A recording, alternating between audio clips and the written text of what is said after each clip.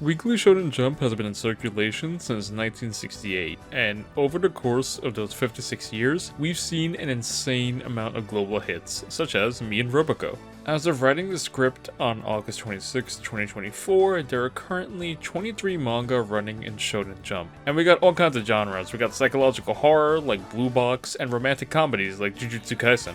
They got something for everyone, even though sometimes manga get axed before their first volume even drops. There's a few manga, however, that's been going on for quite a while, but I haven't been seeing them get the respect they deserve. Now look, some of the more lesser known series like One Piece or Naruto have already had their time in the limelight, but those aren't the topic of this video. Undead Unluck, Mission Yozakura Family, and Witch Watch are some of the most solid and consistently great ongoing manga that I've read in Shonen Jump, and I feel that more people should know about them. Searching for them on YouTube doesn't really give me much. Like for Undead Unluck, we got a few popular YouTube shorts, a few video essays, and then there's like this one video of Hikari versus Fuko, which is a pretty funny matchup. I think Fuko would wipe the floor with Hikari, but I'm not a power scaler, so I'm not gonna touch that. Similarly, the most popular videos about Yozakura Family are just shorts. I can barely find any full-length videos about it. Witch Watch doesn't even have any shorts that I could find, and the most popular video has 1.4k views. But also the creator has a bunch of videos calling various manga mid, so I don't really want to touch that. Look, I know I don't have like the biggest following, but I do have a genuine passion for manga, especially these series, so my goal with this video is to get you guys to like give these series a try. I won't be doing intensive plot summaries describing each and every moment, but I'll just be talking about like a general idea of each of these series, what I love about them, and why I think they're worth getting into. Starting with Undead Unluck by Yoshifumi Tozuka, let me get this out of the way. The beginning of Undead Unluck is bad. Like, just straight bad. Even the most diehard Undead Unluck lovers agree that the first few chapters are rough. So, clear SA warning for these first couple of chapters. Some people hypothesize that it was like the editor of the series that suggested this horrible beginning, but it gets better, I promise you. For the uninitiated, Undead Unluck is a series starring Fuko Izumo, an 18-year-old girl who's down on her luck. Her ability, Unluck, causes bad things to happen to whoever or whatever she touches, resulting in shenanigans like her parents dying in a plane crash. She comes across a strange man who can't seem to die, whom she aptly calls Andy because he's undead. To help give Andy a newfound chance of death and Fuko a newfound appreciation for life, the duo decide to join the Union, a group of negators who are trying to fight against God. From there, we're introduced to all sorts of key players throughout the series, which each have some of the most unique abilities I've ever seen in a shonen manga. All the negators have abilities that begin with un, so you might be able to guess what they do. For example, Unstoppable belongs to Top Sparks, allowing this Brazilian boy to run fast as hell. Unseen belongs to Sean Dots, allowing him to turn invisible whenever he closes his eyes. Unback belongs to Backs, and it puts people inside of eggs. It all makes sense. On the surface, it may not seem like anything crazy in the realm of Shonen Jump. It's just like a ragtag group of goons who have to work together to fight some all-powerful being, with God being the opponent in this case, but what really pulls it all together is the sheer creativity on display in this manga. Whether it's their wacky abilities, or scenarios, or the sheer coolness of the opponents being fought. What other manga have you read that has extensive arcs of the protagonist going back in time to the Wild West, going back to high school, or participating in a Tenkaichi Budokai-esque tournament? It's hard for me to further delve into specifics without spoiling one of the best things about the series, but trust me when I say everyone gets their time in the spotlight. And with such a large roster of characters, that's a really clear achievement. Fuko and Andy in particular get some incredible character development over the course of this series, and it just feels great to watch Fuko grow from this shy, sad girl to one with just so much love in her heart that it's infectious to watch. You know what, I'm just gonna dedicate this part to just talking about Fuko. What a great protagonist, man. One of the few female protagonists in Jump now that I think about it. We got her, Ruri from Ruri Dragon, Akane from Akane Banashi, and maybe Nico from Witch Watch? She's one of the main players in that one. We do got more female protagonists in Jump Plus, like Momo from Dandadan and Asa from Chainsaw Man, but I truly believe Fuko is one of the best protagonists in Jump right now. It's genuinely touching watching Andy's personality, mannerisms, and vocal tics rub off on her, to the point where they just seem natural. You don't even notice these things. And look, I kind of hate the term, but she really does become like the mom friend of the Union, where like she cares about everyone's personalities, your needs, your history, that sort of thing.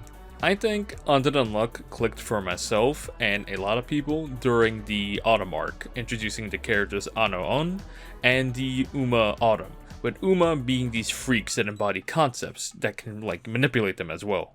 Language, for example, is an Uma that shows up later in the series that, controls language and can wipe them from existence, and it results in a really fun and unique fight.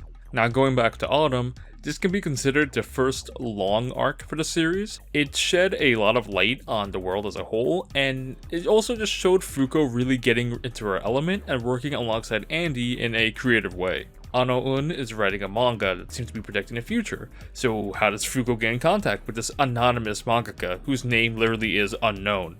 By making her own manga and publishing it in Jump. It only goes up from here, and as a whole, this is one of the best manga running in Jump. It got an anime too, but I haven't watched it, but yeah, I heard good things. It's by David Production, and the first opening was done by the Bakemonogatari director, so that's pretty exciting. Undead Unluck is sick. Wicked sick, and you guys really owe it to yourselves to give this one a read. Next up, we got Mission Yozakura Family by Hitsuji Gondaira. Now, unlike Undead Unluck, which had a kinda rough start but started picking up steam, Yozakura had an alright beginning, but just kept getting better as it continued. The series follows Tayo, a student who marries his childhood friend Mitsumi, who happens to be a member of the titular Yozakura family. Now, you may be thinking, wow, a manga about spy and families? Is the Spy X Family? No, this one's actually good.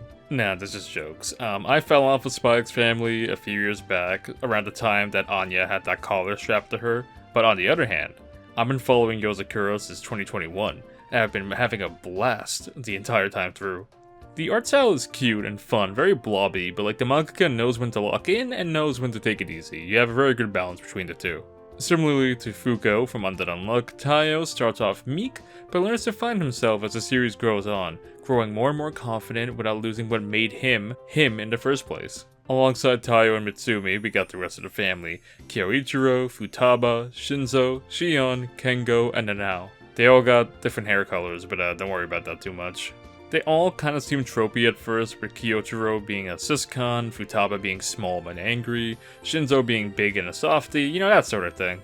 But like any good manga, they all get excellent development, and the power system, and powers of Yozakura, while not as insane as Undead Unluck, is engaging enough that it keeps you interested into seeing what they got next. Nanao, for example, is constantly concocting strange potions and using his medical know-how to gain an advantage on opponents, while Shion is like this dirty, stinky gamer neat who's always showing off her armpits, whose life is like a video game and turns every encounter into a game. The siblings all got so many running through their veins, this special protein that is only found in the Yozakuras and can only be transferred via birth or blood. Now, this results in some cool-ass abilities known as bloomings, where basically a Yozakura is able to lock in and crank their abilities to 11.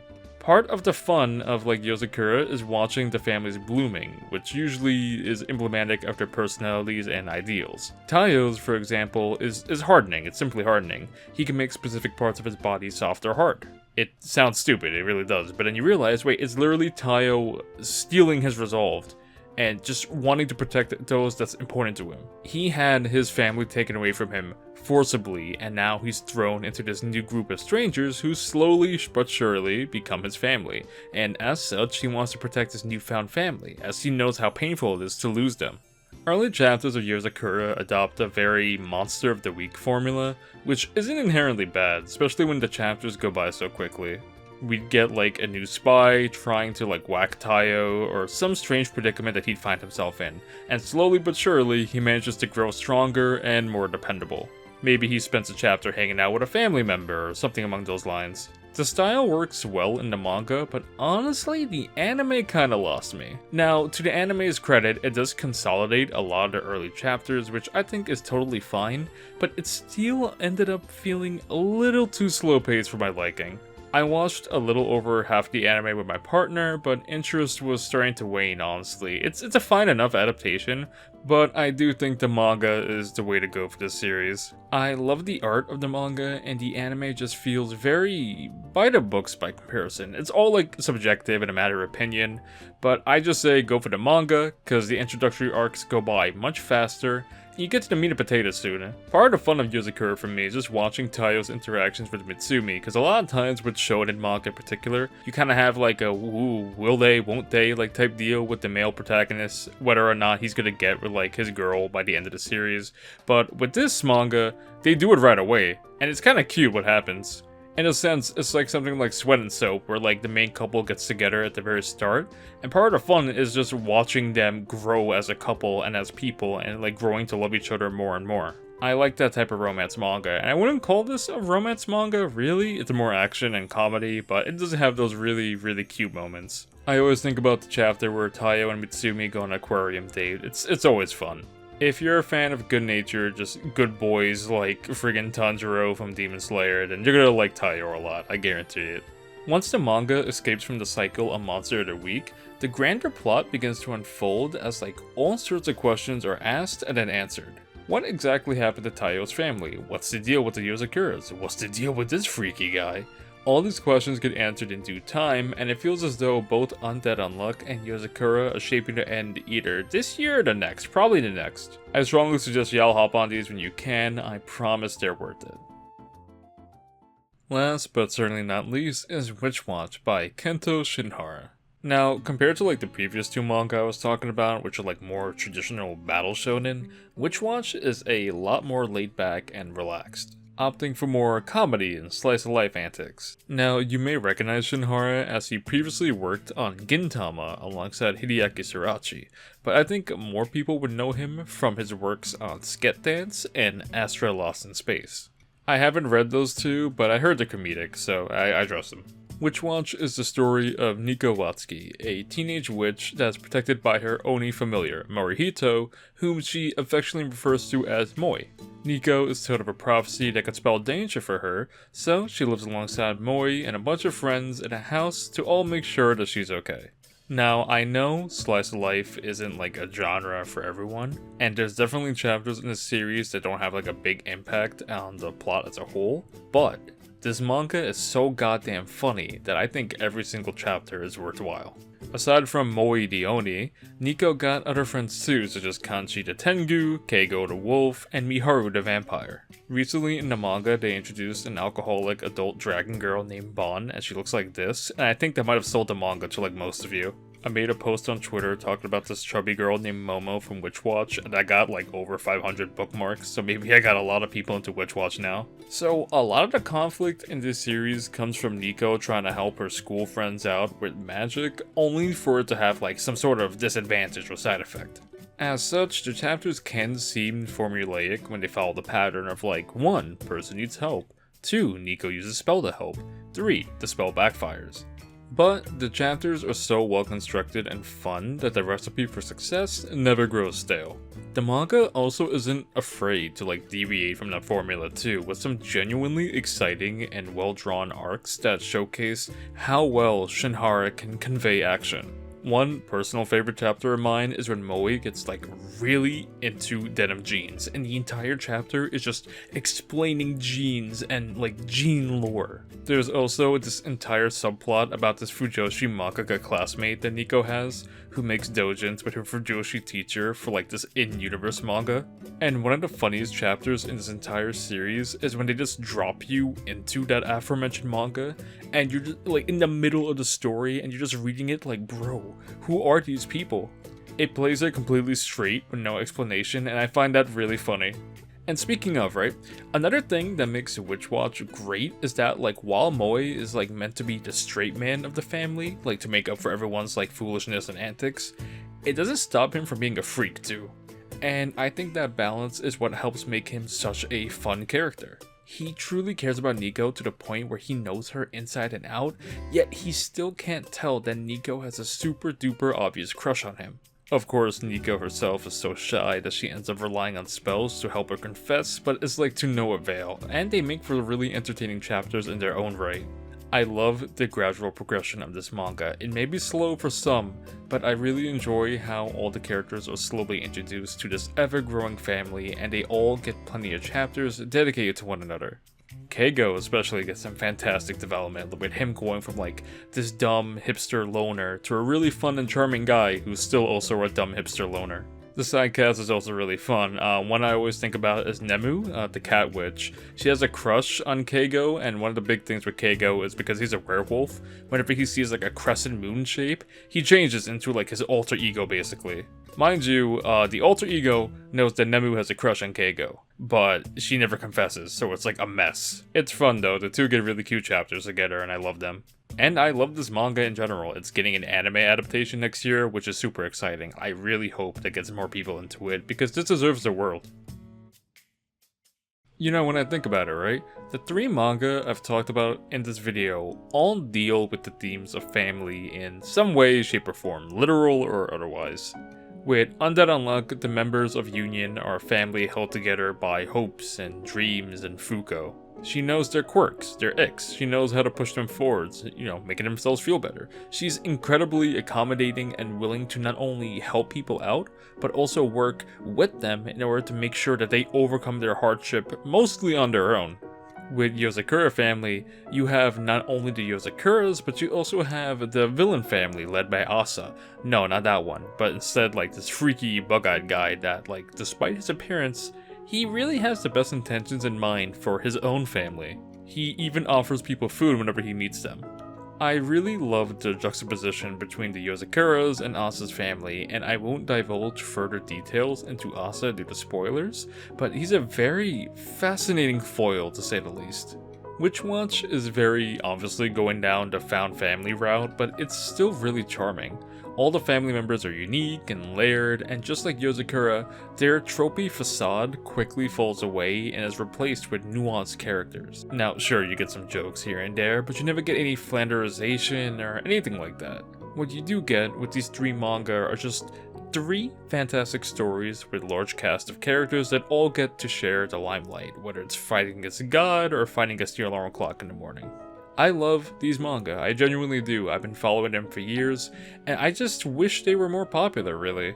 Now, some people don't want that. Some people don't want their favorite manga to blow up and be popular and be, like, enjoyed by the masses, and I could get that, but in my case, I kind of just want to see people, experience these manga and have fun and be able to enjoy them. They deserve a lot more recognition in my opinion, and I really hope the manga and their authors all get time to shine in the spotlight. I love them all, and I really wish them nothing but the best. And hey, at the very least, I hope this video has made you guys consider at least checking out one of these manga.